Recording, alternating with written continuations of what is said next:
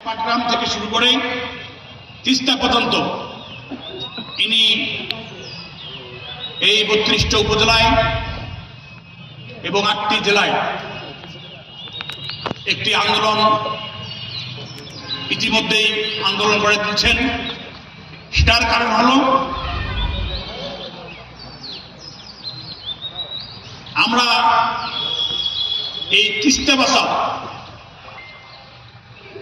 অনেক দিন থেকে শুনি, আজ থেকে ১৫ বছর ২০ বছর আগে থেকে শুনি যে আমরা তিস্তার পানি আমরা বন্টন সঠিকভাবে পাই না।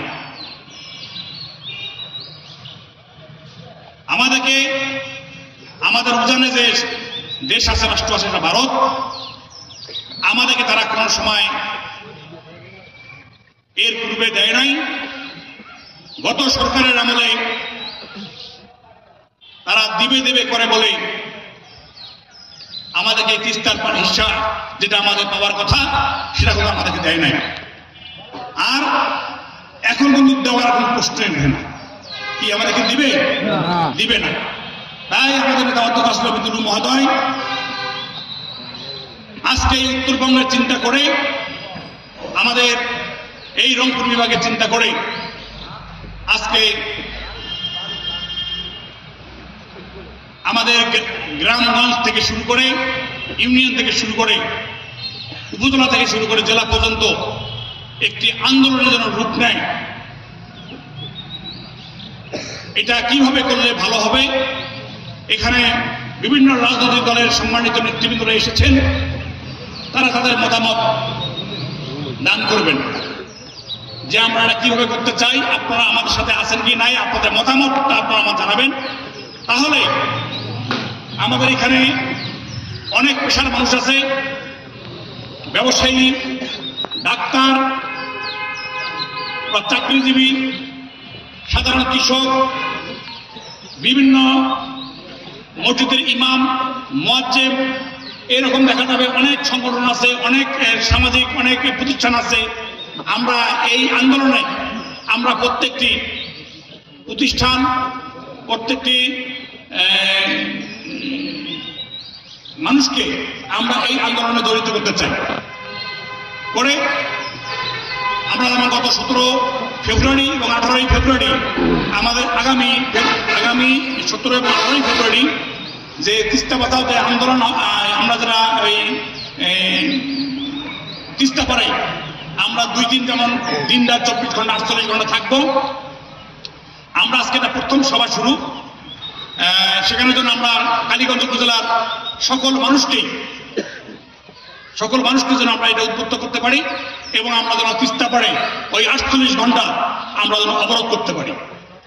এটা যেন যে এখনকার যে সরকার আছে সে সরকারের চোখে যেন পড়ে, দেশ বিদেশে সারা পৃথিবীতে যেন একটা নাড়া পড়ে যে জাগো ভাই তিস্তা বাজাই, সেটা লালমনিরহাট জেলায় এবং আমাদের এই রংপুর বিভাগের মধ্যে।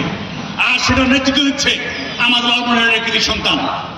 এটার জন্য আমরা যেন যারা দল, বিভিন্ন রাজনৈতিক দলের আমার নেতারা এখানে আছেন, আপনারা আপনাদের মতামত দান করবেন এবং আপনাদের মতামতের পরেই আপনারা আমাদের প্রথম পর্ব শেষ হবে।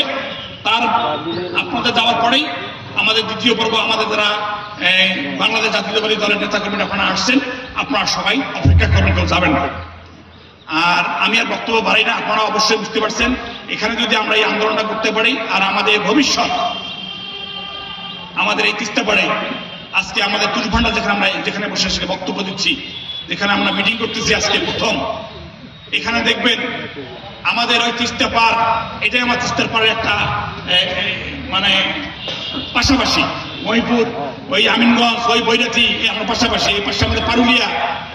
এখানে দেখবেন এক সময় এটা যদি আমরা এই আন্দোলনে যদি আমরা সাকসেস হতে পারি, এক সময় দেখবেন ওই পাটগ্রাম বুড়িবাড়ি থেকে শুরু করে আমাদের কুড়িগ্রাম পর্যন্ত এইসব আপনার কল কারখানা, নদীর ২ পাশে ব্যবসা বাণিজ্য, স্টিমার, লঞ্চ, আপনার এই জমিগুলো উর্বর, এখানে বড় বড় কল কারখানা, বড় বড় ইন্ডাস্ট্রি, আমাদের যারা এই যুব সমাজ যারা আছে, যারা আজকে চাকরি পাই না, আমরা আজকে আমাদের কৃষকরা ভালোভাবে উৎপাদন করতে পারে না, দেখবেন যে 10তলা 5তলা বিল্ডিং আমরা ঢাকা শহরে দেখি, ওই নারায়ণগঞ্জ মতো জায়গায় দেখি, ওই বড় বড় বিভিন্ন বড় বড় এই শহরে আমরা দেখি ওই 10তলা 20তলা বিল্ডিং আমরা ইনশাআল্লাহ লালমনিরহাট জেলা রংপুর বিভাগে আনাচে কানাচে ইনশাআল্লাহ আমরা দেখতে পাবো, যদি আমরা এটা করতে পারি। আর যদি আমরা আন্দোলন করতে না পারি, যদি আন্দোলন না করি, এটা কোনো সময় কিন্তু আমাদের দ্বারা এটা সম্ভব হবে না। সেই জন্য আমি অনুরোধ করবো সবারই প্রতি, আপনারা এটার বিষয়ে আপনারা সবাই মনোযোগী হবেন, মনোযোগ দিবেন, এবং আমার যে অন্যান্য নেতারা এসেছেন অন্যান্য রাজনৈতিক দলের এবং অন্যান্য যে সামাজিক প্রতিষ্ঠানগুলো আছে, আপনারা মতামত দান করবেন। আর আমরা ধৈর্য সহকারে সবাই শুনবো, তারপরে আমরা আমাদের যারা এই প্রথম পর্ব শেষ হওয়ার পরে আমরা পরবর্তীতে আমরা আবার বসবো। আমি সবারই ধন্যবাদ এবং সবারই কৃতজ্ঞতা জানিয়ে আপনারা আসছেন জানিয়ে আমি আমার বক্তব্য শেষ করছি। ধন্যবাদ সবাইকে। আসসালামু আলাইকুম।